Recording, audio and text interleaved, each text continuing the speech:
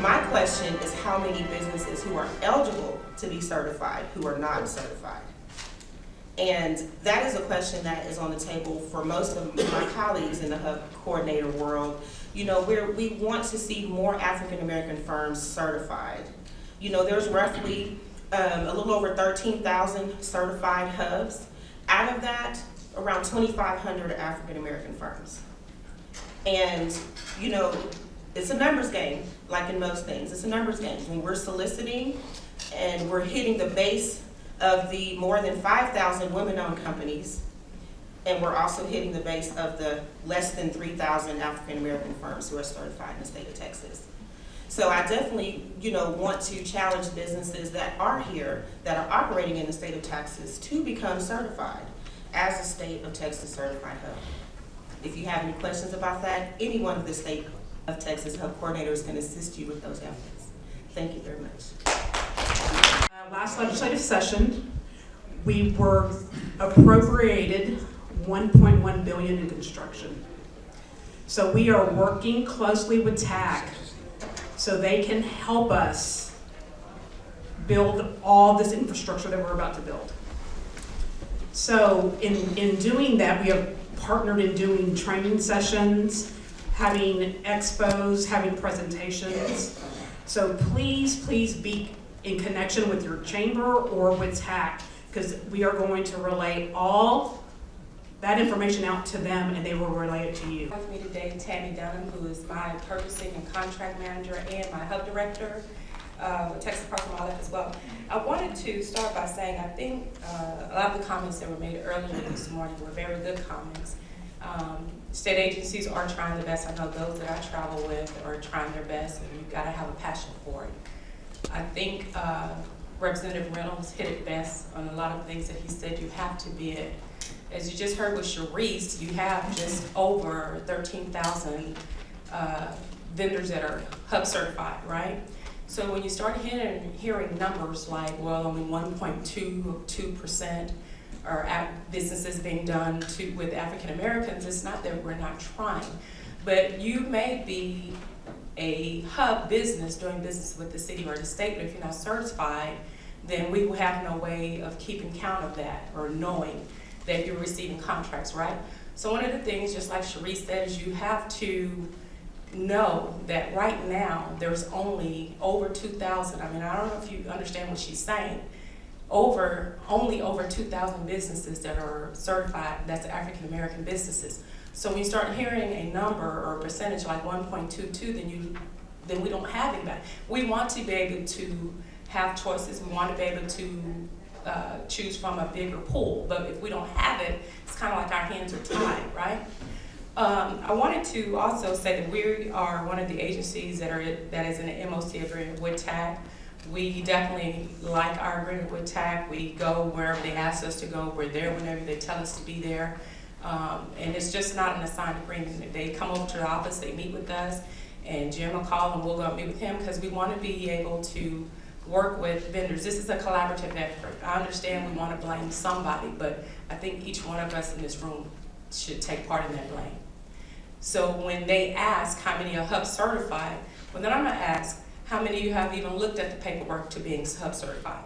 Have any of you ever gone onto the comptroller's website and looked at the paperwork? So 4 people. So if I'm hearing correctly, there's 23 black chambers in the state of Texas that Taaacc is over. Am I understanding that right? Yes? Representing over 200,000 businesses, right? And only 2,780 are certified. Right? So I know for a fact that our agency sends out bids. Whatever our agency is doing, we do a, well, let me ask first, is anybody familiar with the Electronic State Business Daily? Yeah. Okay, so for those that aren't, if you go onto the comptroller's website, there is a list of all the bids that are $25,000 and over for every state agency, right? And I just go and look maybe once or twice a week for my agency so that I'll know what it is that we're doing. So if any of you have ever gotten an email from me, that's probably what it is. I know that some people go, well, I didn't get it until today, and this bid closed on tomorrow. I've kind of did your homework for you. And a lot of us do your homework for you, but I need some collaborative effort, right?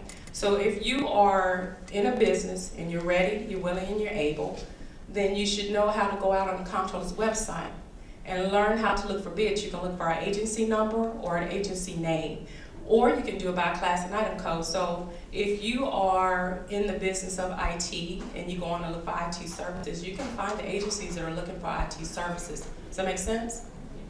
Is anybody familiar with the CMBL? Do you know what that means? All right. That's because we visited y'all. The centralized master's bidders list, right? That's also available at the comptroller's office. It is a $70 annual fee, but agencies use that as well to go out and look for vendors to do business with. And the reason I'm telling you that is, in the event that you do not know, part of this collaborative effort is education-wise. So if you are linked to one of these minority business councils, or you're linked to one of these chambers, and you're a member of Taaacc, and you need to know, hey, we need someone to come and tell us how do we navigate the system to get in there and find what it is that you're saying, Cassandra. We will come to you. We've partnered with Greater Houston Minority Business Chamber and gone out there and spoke with them. We've gone to visit Dallas-Fort Worth Minority Business Chamber and visited with Andrew and Margot. We were at the roundtable discussions with Jim.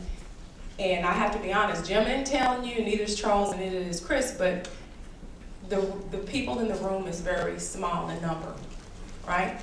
So they're advocating on your behalf, and if they're advocating on your behalf and they have an annual conference and they're saying, you got an opportunity to meet every one of these state agency individuals here, and you got an opportunity to come and network, you guys gotta come. You gotta come, and you gotta know that the people that you're in the room with are the people that are actually trying to help you. Yes, sir? I have a question. Okay. When you say certification, certified, what do you really mean by certified? So one of the things that they mentioned earlier is the ethnicity, the hub ethnicity groups, right? Mm-hmm. And when you become certified, if you want to become hub certified, which you are a black male, you would actually qualify. So what it means is the comptroller has paperwork. And if you go in and complete that paperwork to become hub certified, there is no set aside program for it. So let me explain that first. You would have to be just like someone else. But if you want to monitor the numbers to figure out how well state agencies is doing with those hubs, then you need to be certified, because that's the only way that they can monitor and know who it is that they're doing business with. So I just wanted to say those things, but also I wanted to, and I'm proud to say that our agency is working hard. We're trying our best to do what we can. Of these 6 goals that are statewide hub goals, we actually met 5 of those goals, and we didn't just meet them, we did exceed them. So yes, thank you, absolutely. And so our budget, I think we spend just roughly a little over 60-something thousand, but of that, 67 million, 60-something million, I'm sorry. Yeah, sure, definitely not thousand. But of that million, we exceeded in our heavy construction with 21%, and the statewide goal is 11.2%. And our building construction, we exceeded that with 45.87% with hubs. And our special trade is 60%. And our professional services, 47.88%. So we are striving, commodities 25.73%. So do know that when we're reaching out, we definitely are trying to do business with you. The other thing I wanted to say is when hub subcontracting, I know a lot of people have challenges with that. Believe me, as coordinators, when they made a lot of changes, we did as well, right? But when you are receiving a bid opportunity from a prime, please respond, right? So when you respond, then we don't have to hear that they're reaching out to hubs for subcontracting opportunity, but they're not getting any responses. We get that all the time, and that was one of the things that Representative Reynolds said as well. So when I'm in a pre-bid conference and I have prime vendors that are there, and I'm giving my spiel saying, hey, if your HSP does not pass, if you're not doing what you're supposed to do in your method B, then I'm gonna reject you. If you're not reaching out to hubs and you're not following the good faith effort, I'm going to reject you. I'm working for you, but I gotta have you guys in the room, and I gotta have you to bid. Even if it's something you cannot do, respond back and say, I cannot do this. If you got someone else that you know that you can share that opportunity with, please share. Absolutely share, okay?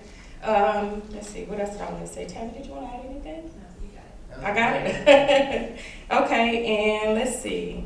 your business profiles, make sure that in your business profiles that when you register on the comptroller's website, make sure that your business profile reflects what it is that you actually do, right? So if you're in landscaping business, but you do not do IT, but you have IT in there, and then when that prime reaches out to you because you have IT, you're not responding because why? I'm in landscaping.